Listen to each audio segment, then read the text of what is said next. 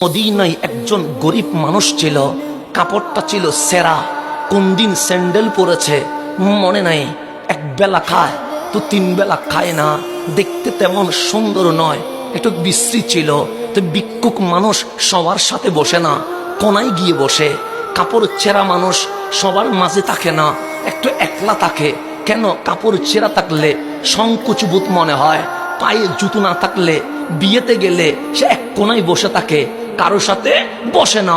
তো ওই আমার নবীর গরিব সাহাবী মসজিদ নববীর কোনায় বসে থাকে, সবার সাথে বসে না। একদিন কামলিওয়ালা মসজিদ নববীতে এসে গেছেন, তাকরীর শুরু হয়ে গেছে।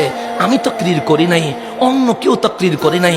পৃথিবীর সর্বশ্রেষ্ঠ মডেল, জিনার কোনো মেসাল নাই, ওই রহমতুল্লিল আলামিন আজকে কোরআনের তাফসীর করছে।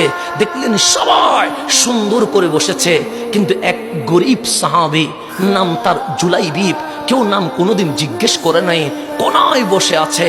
কামলিওয়ালা বক্তব্য দিতে দিতে হঠাৎ থেমে গেলেন, ডাক দিয়ে বললেন, সাহাবী আমার, ওই কোনায় যে বসে আছে তারে কি তোমরা চিনো?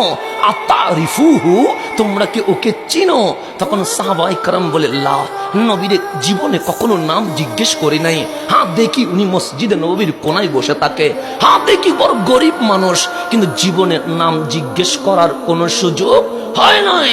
আমার নবী বললেন, তাল এদিকে এসো। ওই গরিব সাহাবী উঠে নবীর কাছে আসলেন।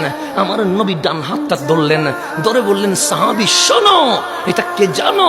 ওয়া হুয়া জুলাইবিবি, এটা আমি নবীর জুলাইবিব।